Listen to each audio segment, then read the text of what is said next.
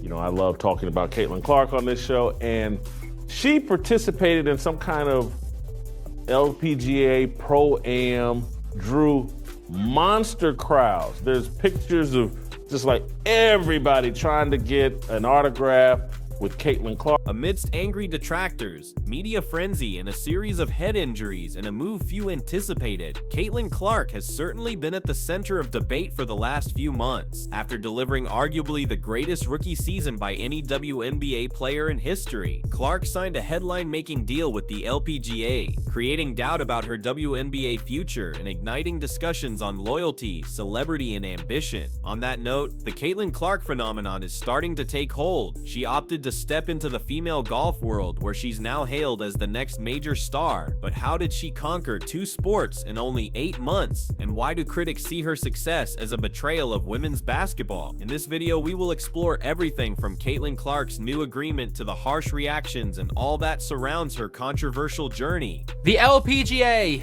Tour had Caitlin Clark play. Before we dive into all of that, let's go back a bit. A trip down memory lane at the year's start, the Caitlin Clark effect was clear before she ever stepped onto a WNBA court. The instant she declared for the draft, ticket sales across all platforms surged by over 90% from the prior season. Her performance in the league has been truly remarkable. In her rookie year with the Indiana Fever, she averaged 19 points per game, with at least 13 points in 29 of her 36 games this year. More stunning are her historic performances. She became the first player in WNBA history to make over 100 three-pointers and get 300 assists in one season. At a minimum, WNBA analysts soon named her a generational talent, but Clark's influence wasn't just on paper, it was in the arena. Every week, a Fever game became a major event, with fans coming from across the country to see her play. She brought a completely new audience to the WNBA. The LPGA just sparked a storm, and it's one that has the WNBA fuming. To the whole event, they saw how important it was that new fans were getting involved in golf, especially women's golf. Meanwhile, Reese is not just part of the buzz. She's been making history. The first rookie with an all-star game double-double, the first WNBA player to have consecutive 20-rebound games, and a record-setting 24 double-doubles in her rookie year. While many are trying to keep up, Rise is transforming the game. And Clark, she has done much more than lift the league's profile. Yet while Clark was attracting record crowds, boosting TV ratings, and renewing interest in women's basketball, the WNBA missed its chance to make her the league's face. Instead, at this moment, Caitlin Clark isn't just rewriting basketball history, she is also changing women's golf permanently. Playing with her skills and fan base leads us to her debut at an LPGA event that attracted bigger crowds than many of the tour's marquee events. Like, they did everything they could to sabotage their own league. And yeah, it backfired. For me anyway, I think it's hard to argue that it didn't completely backfire for them, because Caitlin Clark is more popular than ever.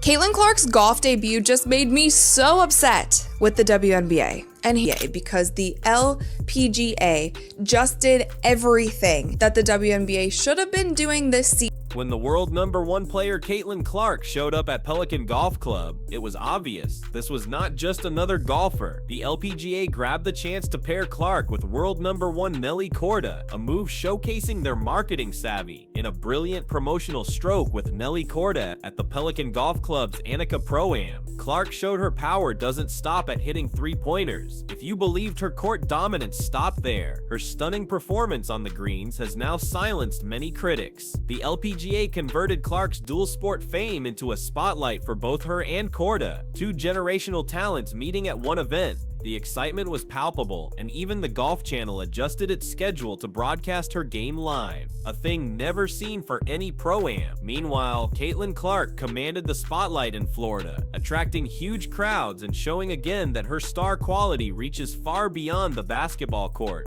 Besides playing with world #1 Nelly Korda, she also had tourney host Annika Sorenstam with her, even teeing off at the crack of dawn just after sunrise and hitting an early shot into the crowd. Fans were fixated on her every move at Pelican Golf Club. The WNBA Rookie of the Year's presence boosted ticket sales and increased media coverage for the event. After the round, she was mobbed for autographs. Considering the endorsement from Gainbridge, an LPGA tourney sponsor, and her part in a leadership summit, although Clark says golf is her getaway, her presence was far from casual. Her one long-range putt made fans wonder if she was just having fun or if she was quietly conquering another sport. The LPGA is clearly profiting from her fame in a way the WNBA could only wish for, and the media and golf's elite couldn't stop raving about her. After the game, Clark earned praise from Nelly Korda, an LPGA champion who played with her, and the praise was not confined to her LPGA tour. Commissioner Jay Monahan was amazed, describing her performance as incredible and applauding her love of the game. Overall, Clark's time on the course not only generated buzz but also ignited drama, as her growing star power now looks to outshine seasoned pros in another sport. Caitlin Clark, the crossover star, is a signal that women's sports are evolving faster than their leagues can manage. It is now evident that Clark isn't easing up anytime soon, but not everyone is cheering her for uniting fans from all parts of the globe. As per reports, WNBA insiders are incensed over Clark's crossover success and the LPGA's aggressive push for attention. Insiders say Clark has left some WNBA players feeling slighted. League officials are annoyed not just by the LPGA's triumph but also by their own failure to leverage Clark's celebrity. As national basketball and golf press covered the event, legend Annika Sorenstam perfectly captured the moment, and social media was filled with clips of her swings. For better or worse, while some doubted Clark's passion for golf, it was later known that she had been swinging clubs from a young age. After her debut at the John Deere Classic in 2023 with major champion Zach Johnson, Clark is reshaping what it means to be a crossover star, advancing women's sports along the way. As golf fans pack the gallery to see her tee off and rumors of a pro LPGA contract circulate, WNBA fans reportedly feel eclipsed by Clark's success despite her historic rookie season on the court. Clark's showing at the Pelican Golf Club proved something. Her crossover appeal is not a fluke. As the buzz around Clark's golf activities increases, the WNBA's inability to leverage her stardom becomes obvious. The LPGA did what the WNBA failed to do, turn Caitlin Clark's fame into a revolutionary event. WNBA fans are asking why their league hasn't given Clark a similar spotlight. For example, rather than the major celebration her achievements warranted, the Rookie of the Year award was presented in a nearly vacant arena with minimal fanfare. This is a confusing choice. Caitlin's success should be a victory for all. She's brought massive attention to women's sport. Yet, while the LPGA seized the moment, the WNBA remained stuck in old habits, hesitant, too cautious, and not taking a bold chance. When a male NBA or NFL star enters another sport, social media erupts with excitement. This was the WNBA's moment to do likewise. Celebrate Clark, ride the wave, and show they can promote their biggest stars. They bungled it. Now the league is at a turning point, dealing with a persistent issue: how to promote standout stars like Clark while also advancing the entire league. The LPGA made a move and succeeded. The WNBA, meanwhile, risks being left behind, outshined by a star they failed to properly celebrate. As Clark manages a grueling first offseason in the gym while getting interest from the new unrivaled 3-on-3 women's basketball league, her golf crossover poses a major question: